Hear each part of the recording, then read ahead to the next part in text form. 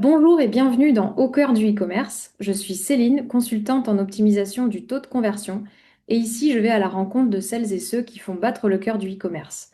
Juste avant de commencer l'interview du jour, si vous êtes un e-commerçant en pleine croissance et que vous savez que vous laissez de l'argent sur la table, je peux peut-être vous aider. J'aide les e-commerce à décupler leurs ventes sans augmenter leur trafic. Pour en parler ensemble, il vous suffit de réserver un appel dans le lien qui est juste dans la description. Alors, mon invitée du jour, c'est Ghislaine Barthes, fondatrice de la Brûlerie Occitane, une marque qui combine commerce physique et e-commerce avec succès. Et ensemble, on va parler de parcours, de stratégie et d'humain, avec un bon café à la main, bien sûr. Alors, pour commencer, Ghislaine, comment tu te présenterais en quelques mots? Artisan, entrepreneur ou un peu des deux? Ah ben, carrément un peu des deux. Bien sûr, mon métier, c'est de l'artisanat, mais pour vivre, il faut que je vende. Oui, Donc, c'est aussi beaucoup de commerce. Donc, effectivement, si je ne faisais que vendre mon café, ce serait essentiellement de l'artisanat. Mais comme j'ai aussi une partie où je vends des choses que je rachète, je suis artisan et commerçant aussi. ok. Et comment est née cette aventure de ta boutique de café? Est-ce que c'est une passion de longue date ou c'était une envie d'entreprendre ou un peu des deux? Alors en fait, je dis souvent que c'est le hasard. Tout le monde me dit, mais il n'y a pas de hasard dans la vie. Mais là, quand même, c'est quand même bien tiré par les cheveux, puisque j'étais pas une fanatique de café. Mais j'étais arrivée à un moment, j'ai toujours été salariée dans toutes les entreprises que j'ai faites. Mais là, j'étais arrivée à un point où j'étais plus du tout en accord avec ce qu'on me demandait de faire. Ouais, J'ai estimé que je n'avais plus l'âge de refaire des CV ouais. et aller toquer à toutes les portes. Donc, il fallait que je trouve une idée. Et puis, un jour, en buvant mon café, l'idée est née. Et comme elle était quand même relativement assez saugrenue, j'ai creusé un petit moment pour savoir si vraiment c'était ça qu'il fallait faire. Ok. Donc en fait, je me suis retrouvée à boire un café Nespresso et du coup, je me suis dit, bon, d'accord, Nespresso, c'est bien. Est-ce qu'on peut faire ses propres capsules? Si oui, comment ça marche?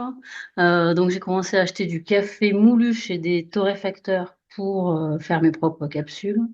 Et, euh, et ensuite, je me suis dit, bon, bah, ok, le café, il est moulu. Avant d'être moulu, il est en grain. Et avant d'être en grain, c'est quoi le café?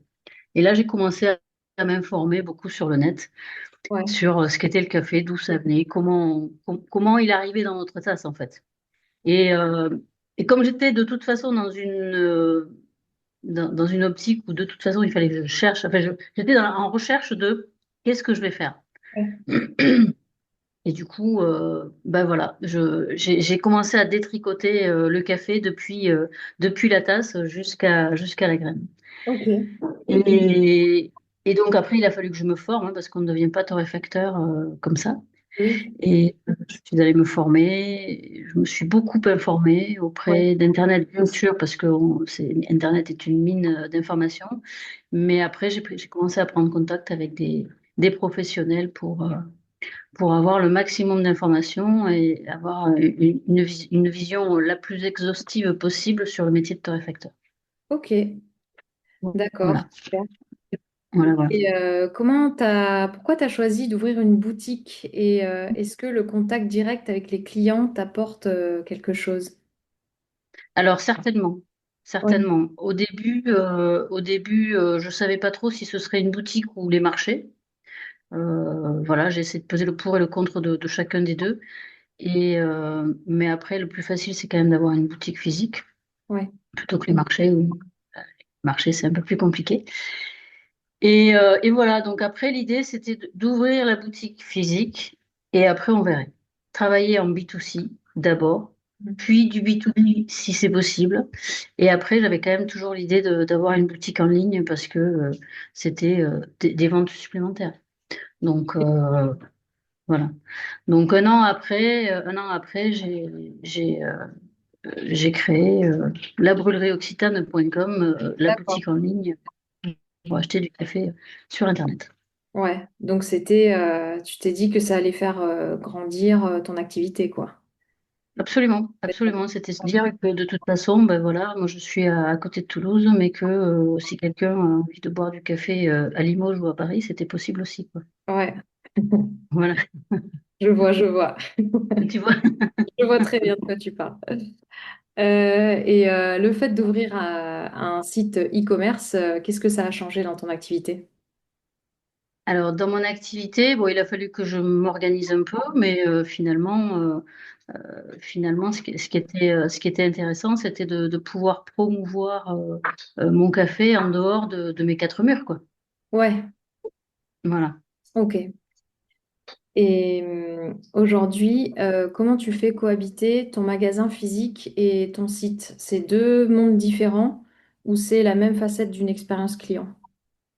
Alors, pour moi, c'est la même façon pour moi, un client Internet est un client, Oui, au même titre qu'un client qui rentre dans ma boutique.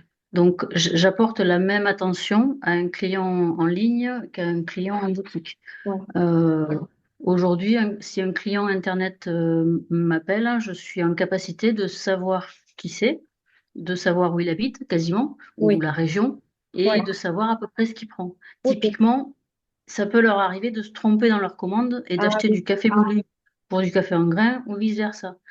Quand j'ai le moindre doute, je les appelle et je leur demande si c'est bien ça qu'ils ont pris ouais, et si c'est bien ça qu'ils voulaient. Pour moi, c'est l'expérience client, qu'elle soit physique ou pas physique, elle doit être. Pour moi, le client est au cœur de mon business, hein. oui. C'est-à-dire que rien ne se fait sans client. Et oui, c'est Je veux dire, clair. moi, si j'ai pas de client, j'existe pas, hein. Bah oui, oui. Donc, un client, qu'il soit physique ou, euh, ou Internet, pour Ouais, moi, c'est la même chose. ouais, Et, euh, si j'ai le moindre doute sur une commande, si j'ai un problème sur une commande ou quoi que ce soit, j'hésite pas à appeler. ok. Ouais, ouais. Voilà. Au pire, si j'arrive pas à l'avoir au téléphone, je lui envoie un email. Mais pour moi, le client Internet, c'est le même client qu'un client physique, quoi. Oui, oui, tu y apportes la Voilà. même attention, quoi. Oui, oui, c'est très, très important. Un client est un client. Et souvent, parfois, j'ai des clients pros qui viennent et qui me disent, je suis un petit client. Je dis, mais pour moi, il n'y a pas de petit client ou de gros client. Un client Mm. est un client. Un plus un égale deux. Donc, Oui, il n'y a pas de petit client. Enfin, pour moi, j'apporte pas des attentions différentes selon la grosseur du client et selon le canal de vente. ok. Ok. Et justement, est-ce que tu as parfois des clients Internet qui deviennent des clients en ligne ou inversement? Ou Alors, c'est j'ai pour les deux parfois des ou, clients boutiques qui deviennent des clients en ligne parce qu'ils savent qu'ils peuvent passer une commande sur le site Ouais. et venir la chercher en boutique. Donc, ils Ah peuvent oui. faire du click and collect. Ouais. Et parfois, les gens ont envie d'aller vite, de ne pas passer 3 heures au magasin si j'ai du monde. Oui. Et du coup, ils commandent en ligne et moi, je prépare. Et puis, quand ils viennent, je leur donne leur commande. Ok. Voilà, c'est aussi possible. Et j'ai des clients qui habitaient à Mondonville et qui sont partis ailleurs en France et qui sont restés clients. Ah ouais, Parce que quand d'accord. ils partent, je leur dis, mais vous savez, vous pouvez continuer à être Et oui. client. Et voilà. Et notamment ce week-end, j'ai encore eu des commandes de clients qui sont partis ailleurs en France et qui continuent de m'acheter le café, en fait. Ok. Ah bah, c'est super Voilà. ça. Ça, c'est de la fidélisation client à Ouais, 100%. carrément. C'est-à-dire que quand ils partent de Mondonville, je leur dis, mais ne vous inquiétez pas, on peut toujours vous fournir un café. Ouais. Et, côté expérience client, sur ton site, comment tu transmets en ligne ce qu'on ressent dans ta boutique, donc les odeurs, la chaleur, la convivialité du café. Tu utilises des photos, des vidéos. Alors oui, il y a des photos. Effectivement, les gens n'ont pas la même expérience, Ouais. qu'ils soient en ligne ou en physique, mais après, dans nos descriptions, dans nos photos, on essaye quand même de retranscrire un peu ce qui se passe en boutique, quoi. Mm. Il y a effectivement des photos de quand je vais dans les plantations de café. Certains cafés ont la photo de quand j'étais dans la plantation et du coup ça D'accord. personnalise un peu, ça personnifie Oui. euh, le produit, quoi. Ouais. Voilà. Yes. Et donc ton site e-commerce, c'est à la fois une vitrine et un vrai canal de vente. Et comment tu suis ton taux de conversion aujourd'hui et qu'est-ce que tu fais Alors, pour l'améliorer? alors aujourd'hui, le taux de conversion, c'est une information que je regarde, mais avec des grands points d'interrogation. Je suis Ok, incapable de savoir ce qu'il veut dire déjà. ok, Il y a un pourcentage, ok, mais je ne sais même pas ce qu'il veut dire. Et deuxièmement, moi, j'ai aucune clé et aucun outil qui me permette de le faire changer, ce pourcentage, en fait. ouais, Je d'accord. sais qu'il correspond à quelque chose. Vaguement, vaguement, je sais que ça correspond à quelque chose, mais je ne sais pas ni l'analyser et ni le faire changer, en fait, aujourd'hui. D'accord. Ok. Je suis sûre que ça va changer bientôt. Je ne sais pas pourquoi mon petit doigt me dit Ouais, que ouais. ça va bientôt changer. Il y a des chances que ça change, ouais, en effet. Ouais, ouais, ouais, moi, je pense que, Oui, bah oui, je mais pense moi, que, je suis en mesure de et- t'expliquer tout ça et t'expliquer à quel point c'est important et mais de évidemment, t'aider à... alors je le vois bien, hein, parfois, moi, je regarde, bien sûr, les commandes qui sont passées, je les prépare, je les envoie. Ouais, Mais parfois, ça m'arrive d'aller voir les paniers aussi. Et je vois qu'il y a des paniers qui n'ont pas été reconvertis. Je le vois, mais là, je suis complètement désarmée. Moi, je suis incapable de savoir ce qu'il faut faire, on va faire de ça. pourquoi ils n'ont pas commandé. Est-ce qu'il faut que je les appelle? Je trouve ça un peu intrusif d'appeler des gens qui n'ont jamais commandé. Et je trouve ça un peu intrusif. Et en même temps, j'aimerais bien savoir pourquoi ils n'ont pas commandé, quoi. D'accord, bah c'est Voilà. super intéressant ce que tu me dis. Bah oui, oui, je vois bien qu'il y a des choses qui se passent qui dépassent mes compétences et là, évidemment, ça fait partie des choses qui qui seraient améliorables, mais sur lesquelles j'ai vraiment aucune notion, quoi. Hmm. Faire des jolies photos, faire des jolis textes, bien présenter mes produits, etc., etc., faire que l'expérience client soit la meilleure possible, ça je suis capable, faire en sorte que les livraisons se passent bien, que choisir les bons partenaires pour les livraisons, tout ça. Jusque-là, pour moi c'est faisable, j'ai encore la main dessus, mais effectivement il y a plein de choses qu'on pourrait mettre en place, je pense, pour, euh, ouais, pour que ce soit plus efficient, pour que le site soit plus efficient. Ouais, Parce qu'on travaille, c'est vrai qu'on a, on parle souvent de SEO, donc ça, on essaye, hein, effectivement, on regarde ce qu'il faut faire, on dit, tiens, il y a des mots-clés, il y a des machins à faire pour être visible, mais effectivement, après, une fois que les gens viennent, il faut transformer l'essai, quoi. ouais, c'est ça. Puisqu'on est dans un pays rugby, transformer l'essai, ça nous parle bien, quoi. Voilà. Et au niveau des clients, est-ce que tu as remarqué une différence de comportement entre tes clients en boutique et tes clients en ligne? Est-ce qu'ils veulent des choses différentes ou Alors déjà, sur ma boutique en ligne, j'ai pas tout ce que j'ai en boutique Ah, physique. d'accord. Je me concentre essentiellement, bien sûr, sur le café, le thé, mais après, j'ai pas forcément tous les accessoires et tout ce qui est, tout ce qui est gourmandise sur mon site. J'ai- Je, je, je sélectionne les produits que je mets sur le site parce qu'il faut aussi gérer les stocks, enfin voilà, il y a quand même un peu de boulot qui, si tu fais pas attention, t'as vite fait d'avoir un produit qui finalement n'est plus en boutique et là c'est la cata. Ouais, c'est clair. Donc voilà, ça c'est des choses où faut faire attention aussi de mettre des produits, mais d'être un peu ciblé pour. Mais après, au niveau du comportement, moi je dirais que les clients, alors je sais même pas si c'est tout à fait vrai ce que je vais dire. Je dirais que les clients en ligne sont plus fidèles à un café que les clients en boutique. Euh, que les clients en boutique, peut-être, comme ils ont le choix devant les yeux et qu'on est là pour les conseiller, ils ont plus de facilité peut-être à prendre d'autres cafés que celui qu'ils prennent d'habitude. Mais encore une fois, bon, c'est plus ou moins vrai quand même, hein, parce qu'on a des clients, que ce soit en boutique ou en ligne, qui sont monocafé. Ils vont prendre toujours même tout le temps, tout le temps, tout le temps. Ok, Et on a des clients qui varient, donc c'est plus ou moins vrai. Mais je dirais que c'est plus vrai sur la boutique en ligne. Dès qu'ils ont trouvé le café, parce que les gens qui viennent acheter du café chez moi en ligne, c'est qu'ils cherchent un café parce que pour l'instant, ils n'ont pas trouvé le café qui leur plaît. Ouais. Donc voilà, si, s'ils ont trouvé le café qui leur plaît, ils vont toujours commander le même. Oui. Ouais. Donc peut-être que la différence, elle est peut-être là. C'est peut-être qu'en ligne, les gens commandent peut-être plus tout le temps le même café. Toujours le même, ouais. Oui, ça me Mm. paraît assez logique aussi parce que quand tu es en boutique, bah, vous êtes là pour les conseiller, ils voient les... Exactement. Et voilà. Donc je pense que ouais, c'est plus facile de tester d'autres choses, ouais. Mm. Tout à fait. Et qu'est-ce qui est le plus difficile quand on veut développer un e-commerce sans perdre l'authenticité artisanale? Ah, je crois qu'il faut être clair sur ce qu'on veut proposer, pas faire n'importe quoi en termes de tarifs, bien sûr. Moi, je sais les mêmes Ouais, tarifs, que ce soit en ligne ou en boutique, hein. Je fais pas de prix cassés, je fais pas des promos, je fais pas des... Enfin, tout ça, c'est pas possible, quoi. Je veux dire, moi, mon prix, il est calculé sur un coût de revient et toutes les charges que j'ai à payer. Et il peut pas être moins cher sur la boutique en ligne pour attirer des gens. C'est pas, enfin, il faut pas faire n'importe quoi non plus, quoi. oui, c'est sûr. Bah oui. Voilà. Donc Ouais. après, euh,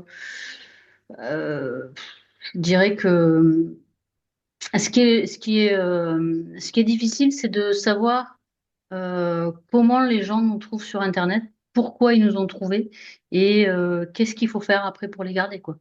Hmm. Parce que les boutiques, bah, tu les as en face et tu leur expliques ce que tu fais, donc tu passes quand même déjà beaucoup de temps à faire beaucoup de pédagogie. Ouais, c'est ça. Euh, Mais cette partie-là, tu ne l'as pas sur le site internet. Donc, il faut effectivement en montrer le plus sur toi dès la page d'accueil. Donc là, la modification du site a beaucoup œuvré là-dessus. Ouais, Euh, une page d'accueil déjà beaucoup plus complète sur qui on est, comment on fait, qu'est-ce qu'on fait et comment on le fait. ouais, Et, et après la fidélisation. Moi, enfin, je compte beaucoup sur mon café, en fait. Ma, ma valeur ajoutée, elle est sur le café que je fais et, et les gens l'aiment. Et si les gens l'aiment, ils reviendront. oui, Donc, je mets toujours un point d'honneur à toujours travailler correctement tous les produits que j'ai, en fait. Bon, le café, je le torréfie, donc c'est à moi de bien le torréfier. Et puis, tous les autres produits, en fait, je mets un point d'honneur à n'avoir que des bons produits. oui. C'est possible, ils sont locaux, mais d'abord, la règle numéro un d'un produit qui rentre dans ma boutique, il faut que le bon, voire très bon. Ok. Donc, la fidélité au client, elle passe par là, en fait. C'est de proposer des bons produits aux clients et qui se sentent pas arnaqués. Et voilà, Oui, quoi. Voilà. C'est le bon produit avec le bon prix. voilà, tout à Voilà. fait. Très bonne règle. Et je crois que c'est la bonne règle parce que ça va Bah bientôt oui, faire 8 ans. Donc, on peut dire que je pense ne pas trop me tromper. oui. Je pense que c'est une bonne recette, ouais.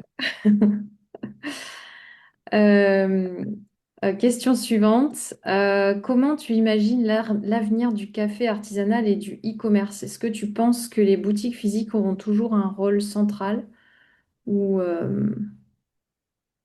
Alors, euh, il y a toujours des clientèles différentes. Oui, Donc, il y aura toujours des clients pour les boutiques physiques et il y aura toujours des clients pour le e-commerce.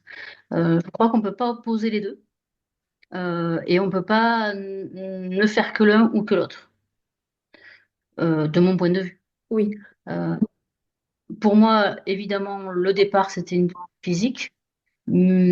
Pour moi, c'est un plus le e-commerce, mais c'est pas une fin en soi. Je vais pas arrêter la boutique physique et ne faire que du e-commerce. ouais, Ou alors, ce serait que vraiment je trouve personne pour tenir ma boutique et que la boutique physique n'aurait plus de sens, mais c'est pas le cas. C'est oui. pas le cas. Mm. Pas le cas. Et du coup, il faudrait que je mette beaucoup plus de moyens sur ma boutique en ligne. Parce qu'aujourd'hui, je mets pas énormément de moyens. J'ai pas quelqu'un qui travaille sur ma boutique en ligne à 100%. Ouais, Euh, et les gens qui travaillent dans la boutique travaillent sur la boutique en ligne aussi. ouais, ils font les deux, d'accord. Oui, oui, j'ai pas des gens. à, à Oui, un canal de vente. J'ai 3 canaux de vente. J'ai la partie pro euh, que je gère à 100%. J'ai la partie boutique physique et la partie boutique en ligne. Mais pour moi, en fait, la partie pardon, boutique en ligne et boutique physique, elle est totalement gérable par les personnes. Enfin, les gens qui sont dans la boutique physique gèrent la boutique en ligne aussi, quoi. oui, d'accord. Ouais. C'est les mêmes personnes. Oui, oui, oui. C'est les mêmes personnes qui préparent les commandes, qui rajoutent des produits, qui enlèvent les produits quand il n'y en a plus, enfin, Ouais, je qui font vois. les photos, etc., etc., quoi. Je vois. Ok. Voilà. Et qu'est-ce que cette aventure t'a appris sur toi et sur la relation client? Alors, sur moi, elle m'a appris que rien n'était jamais écrit dans le marbre, hein, que même si on n'aimait pas le café, on pouvait devenir un jour torréfactrice. Et apprécier du coup le café, parce qu'alors aujourd'hui, bien sûr, je bois beaucoup plus de café, mais je bois du bon café, c'est ça qui fait toute la différence avec le café que je buvais avant. C'est vrai. Sur moi, ça m'a appris qu'on était capable de soulever des montagnes, parce qu'entrepreneur, c'est savoir soulever des montagnes, hein. Quel que soit ce qu'on entreprend, il faut bien avoir en tête que ça tombe pas du ciel et que il va falloir développer beaucoup de compétences. On ne sait pas qu'on les a, ces compétences, mais en fait, si. Euh, J'apprends aussi, c'est que faut pas partir tout seul. On apprend toujours des autres. Hmm. Euh, il faut toujours écouter ce que les autres font, ce que les autres disent, comment ils le font, pourquoi ils le font, et puis voir, comparer un peu. Oui, Euh, et c'est clair que l'entrepreneuriat, c'est une sacrée aventure. oui, Mais c'est semé d'embûches. Ça, c'est clair que quand on veut créer quelque chose ici en France, alors je dis en France parce que je connais pas ailleurs, mais c'est quand même un vrai parcours du combattant. oui. C'est Mais, mais quand on a trouvé l'idée et qu'on a envie de le faire, il faut par contre mettre toutes ses chances de son côté, c'est-à-dire que là, on n'est plus à 100%, on est à 150, voire 200% quand on démarre l'activité. ouais, Et tout au long de la vie de l'entreprise, en fait, il faut toujours se renouveler, quoi. Toujours, toujours essayer des choses, écouter ce qui se fait à côté. Voilà, mais c'est une belle aventure. ouais. Mhm. Ta question, c'était quoi? La question, c'était, oui, c'était, qu'est-ce que cette aventure t'a appris sur toi et sur la relation client aussi? Ah oui, la relation client. Alors, la relation client, c'est pas la première fois que je travaille dans un commerce. Ouais, Donc, j'avais déjà eu des expériences clients, même si j'étais que salarié ou pas d'ailleurs. Mais voilà, je savais que c'était quelque chose qui me plairait. Je pensais pas à ce point-là, parce qu'en fait, on se rend compte que bon, ma boutique, c'est mon bébé en quelque sorte, hein. Donc en fait, moi, j'ai une relation très détendue avec les clients. Je suis pas là pour leur vendre absolument du café. Je oui, suis là pour qu'ils aient une expérience client et qu'ils aient envie de revenir en fait, hein. C'est oui. pas moi je suis pas en plein centre-ville. Moi j'ai besoin de fidéliser ma clientèle et donc le client il doit sentir que moi j'ai besoin de lui. Hmm. Que c'est pas juste, je suis pas là pour faire de l'argent. Ouais, Je suis là pour lui vendre du café, certes, mais que ce café-là corresponde à ce qu'il a envie de boire et ça match avec ce qu'il avait envie d'acheter chez moi, quoi. oui, Donc, pour moi, il y a au-delà de vendre des produits, parce que, bon, bien sûr, il faut que je vende, hein, sinon ça marche ouais. pas. Voilà. Mais au-delà de vendre un produit, je vends une expérience client. Moi, Ok. je veux que le client, quand il sort de chez moi, il a appris des choses et il a envie de goûter ce que je lui ai vendu et de revenir m'expliquer ce qu'il a ressenti quand il a bu mon café, quoi. Ouais. Voilà. C'est, Ok. c'est, c'est un peu plus que de la vente, quoi. Oui, ah oui, tout à fait. Ouais, ouais. C'est une vraie expérience Voilà. avec un retour en plus. Oui, oui, oui, oui, Et- moi, je suis pas là pour faire de l'argent.